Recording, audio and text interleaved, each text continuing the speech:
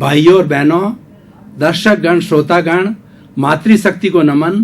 खास, विशेष, मनमोहक, मन को शांति देने वाला, हृदय के अंदर शालीनता लाने वाला और हमारे भीतर प्रसन्नता पैदा करने वाला, हमारे जीवन का विकास करने वाला, जीवन को अच्छी गति देने वाला लाइफ स्टाइल के बारे में बच्चों को, युवाओं को, वरिष्ठ नागरिकों को संस्कार देने वाला कार्यक्रम में आप सभी का हार्दिक स्वागत है, अभिनंदन है, सत्कार है। कार्यक्रम में हम प्रतिदिन नए नए विषयों के साथ प्रवेश होते हैं और हर विषय हमें जीवन का एक सूत्र देता है, जीवन जीने की एक कला देता है और हमारे जीवन का विकास हो सकता है अगर हम उसको पालन करें तो।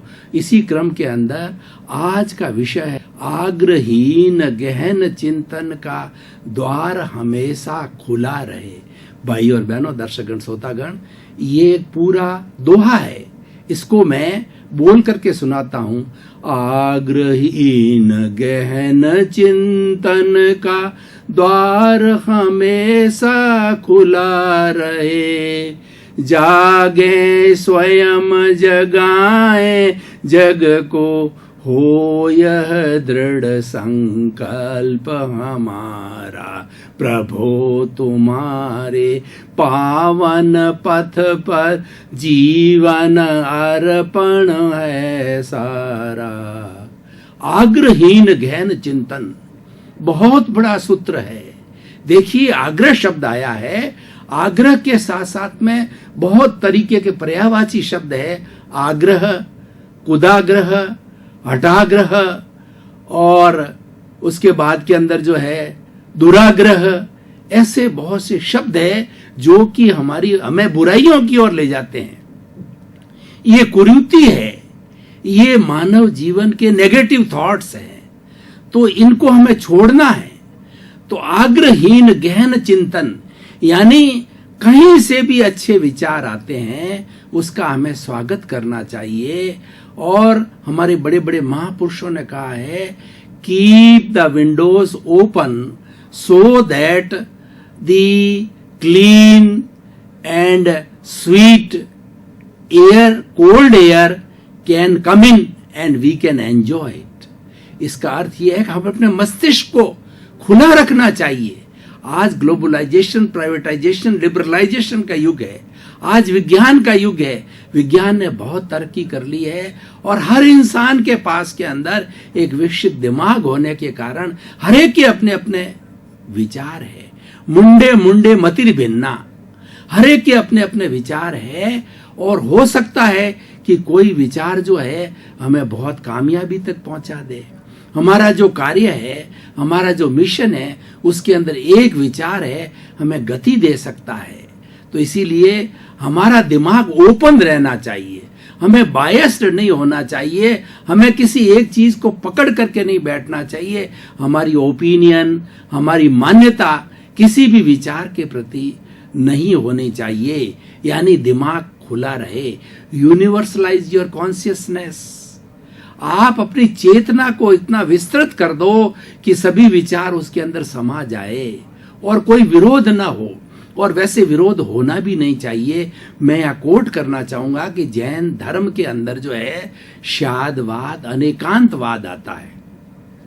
अनेकांतवाद क्या कहता है कि सारा जो हमारा चिंतन है वो रिलेटिव है। किसी न किसी दृष्टि से कोई न कोई शब्द, कोई न कोई नए, कोई न कोई विचार जो है, अगर वो रिलेटिव है तो वो विचार सत्य है। और वो अगर विचार एब्सोल्यूट हो गया, अगर वह विचार एब्सोल्यूट हो गया तो वो मिथ्या हो गया, क्योंकि हमारे पास के अंदर एब्सोल्यूट नॉलेज नहीं है और ये सारी दुनिया रिलेटिविटी पे चलती है।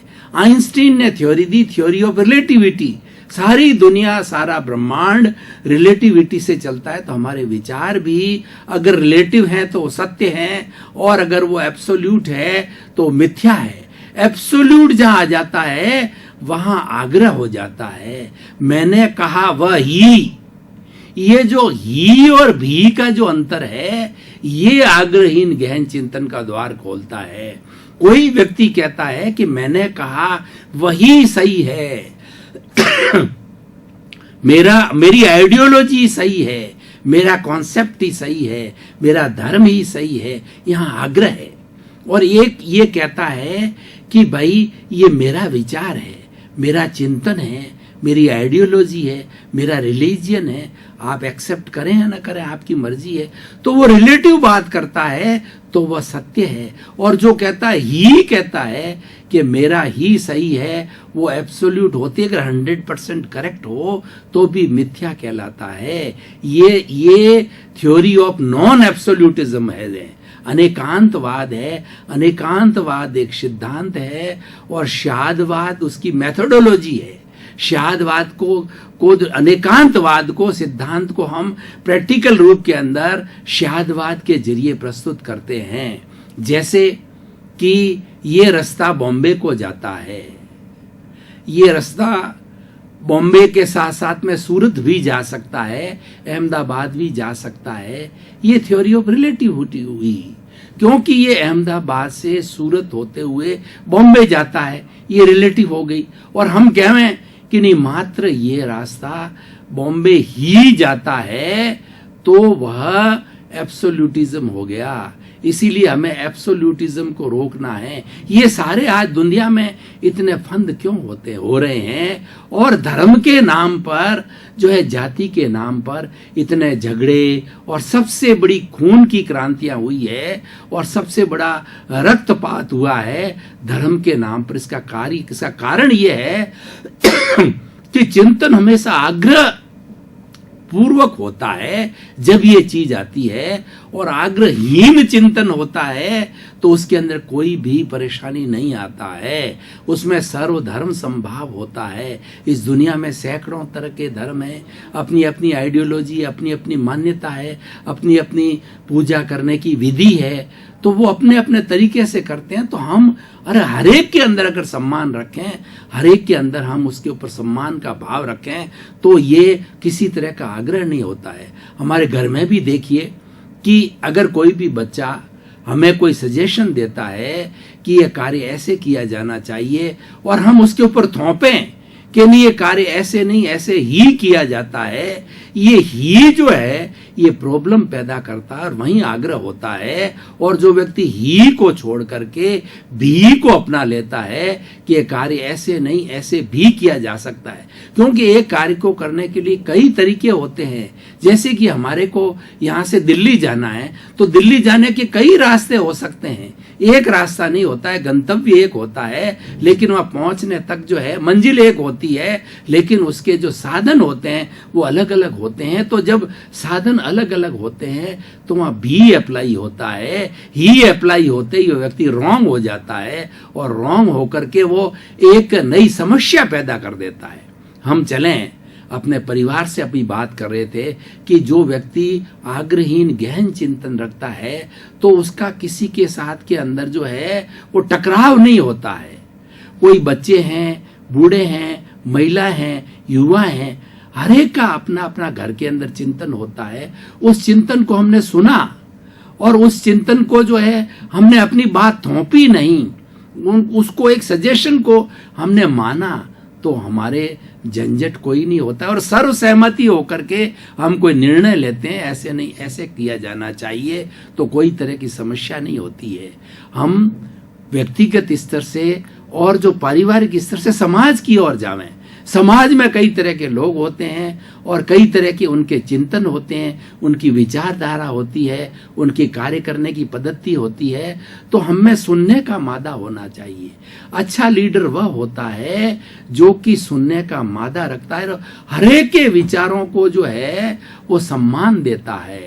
आज हम अटल बिहारी वाजपेयी की बात करें तो ऐसे भारत रत्न, ऐसे महान नेता जो कि राजनीति में रहते हुए भी उनका कोई शत्रु नहीं था, क्योंकि वो पहले अपने आप को इंसान समझते थे, उसके बाद में प्रधानमंत्री या अपनी जो है वो पार्टी का अध्यक्ष या कुछ और समझते थे। इंसानियत होनी चाहिए व्यक्ति के अंदर विनय का भाव होना चाहिए, व्यक्ति के अंदर आग्रहीनता होनी चाहिए कि हर व्यक्ति जो जो अपना विचार प्रस्तुत किया कर रहा है उसको शांति से सुना जाना चाहिए और अपना विचार भी रखा जाना चाहिए, और जब सर्वसहमति हो जाती है तो उसके अनुरूप हमको कार्य करना चाहिए। आज देश के अंदर देखें कि पार्टियों के बीच में झगड़े क्यों हैं।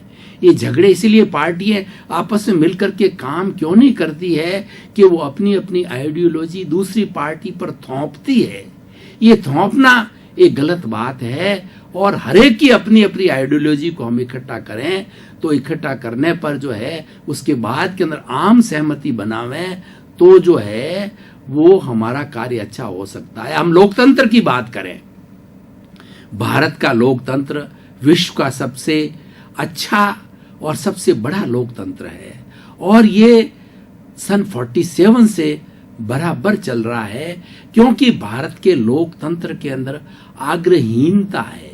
यहाँ पर एक सिस्टम बना हुआ है, एक संविधान ऐसा बना हुआ है कि सभी उसके अनुरूप पार्टियां काम करती है, और 5 साल के बाद के अंदर चुनाव होते हैं। हर एक का अपना अपना पीरियड होता है, सरपंच का देखिए या जो है वो एमएलए का देखिए, एमपी का देखिए, राज्यसभा का देखिए, लोकसभा का देखिए, हर एक का अपना अपना समय होता है। उस समय के बाद के अंदर लोगों के द्वारा चयन किया जाता है। लोकतंत्र है वो जनता का है, जनता के द्वारा है और जनता से है। लोक शक्ति वहां बड़ी होती है, लोक शक्ति की मान्यता होती है, और वो शक्ति महान होती है। वो किसको रखती है, किसको उसकी शक्ति से सरकार बनती है, किसको रखती है, किसको हटाती है। और हमारा भारत का जितनी भी संपत्ति है सब वो लोक संपत्ति है वो उसका हरेक उसके अंदर भागीदार है। तो इस तरीके का जब चिंतन होता है तब हम बहुत समृद्ध हो जाते हैं और हम बायस्ड हो जाते हैं। व्यक्ति विशेष के बारे में भी देखिए कि व्यक्ति विशेष ने किसी समय के अंदर कोई गलती की, उसने झूठ बोल दिया, तो हमने उसके बारे में एक ओपिनियन बना ली, ये तो झूठा है। उसके बाद में व्यक्ति तो हर समय बदलता रहता है, कोई ऐसी परिस्थितियां रही होगी कि वो झूठ बोला है, तो उसको हमने ओपिनियन जो बना रखी है झूठ होने की, आग्रह है। अब दूसरी बार वो बदल के आ गया, सच भी बोलता है, तो हमारी ओपिनियन के अनुसार हमने तो उसको झूठा ही माना है। तो झूठा मानने से क्या होता है, उसका हमारे साथ के अंदर सामंजस्य नहीं बनता है और वो कोई अच्छा सुझाव देता है, या हम टीम स्पिरिट से काम करते हैं तो टीम स्पिरिट नहीं बनती है। आग्रहीनता के फायदे क्या है? आग्रहीनता से दिमाग ओपन रहता है, कई विचार, कई आइडियाज सामने आते हैं और हर आइडिया का सम्मान किया जाता है और हर आइडिया अपने अपने तरीके से उपयोगी होता है, क्योंकि वो अनेकांत की परिभाषा, वो रिलेटिव होते हैं। और उसके सबसे बड़ा ये फायदा है कि हम मानसिक रूप से बहुत समृद्ध बनते हैं। दूसरा फायदा ये है कि आग्रहीन चिंतन होने से हम टीम स्पिरिट से काम कर सकते हैं। हमने अपना सुझाव दिया, अगर ये हमारी टीम ने मान लिया ओके, तो उसके अनुरूप हम कार्य करते रहते हैं, तो किसी पे बोझ नहीं है, किसी पे कोई तनाव नहीं है वो थोपा हुआ नहीं होता है। तो सभी लोग, क्योंकि सर्वसहमति से होता है, तो सभी लोग बड़ा खुशी खुशी उस कार्य को करते हैं। तीसरा ये होता है कि जब हम टीम स्पिरिट से काम करते हैं और एक सर्वमान्य सिद्धांत को लेकर के काम करते हैं, तो उसके रिजल्ट बहुत अच्छे आते हैं, हमको सक्सेस मिलती है, सफलता मिलती है।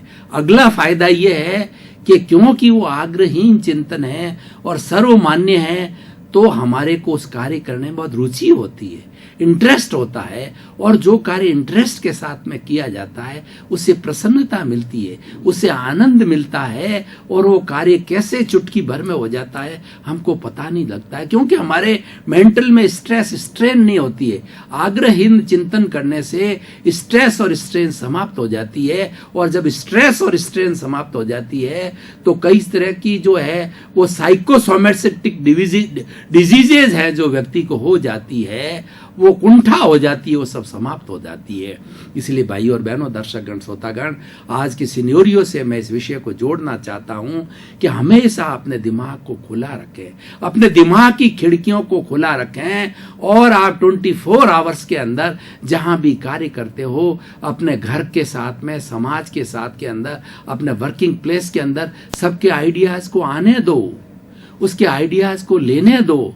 मानना न मानना आपकी बात है, लेकिन उसका प्रतिकार मत करो, उसके ऊपर कोई चीज थोपी न जाए, उसको सुना जाए। हो सकता है कोई अच्छी बात करे तो उसको माना जाए, वो हमारे लिए लाभप्रद हो सकता है, उपयोगी हो सकता है।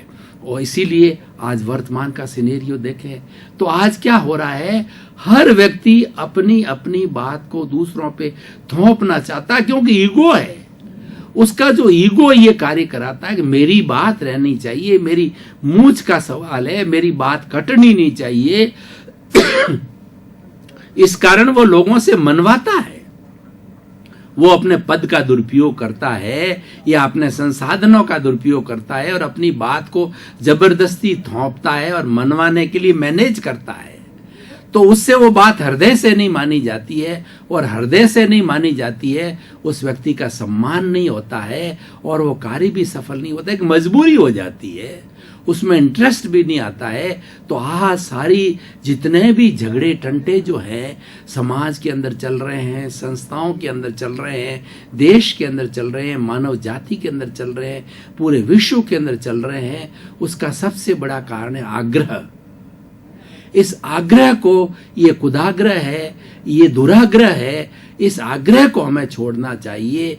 कहीं पर भी हमारे जीवन के किसी भी कोण के ऊपर आग्रह नहीं होना चाहिए।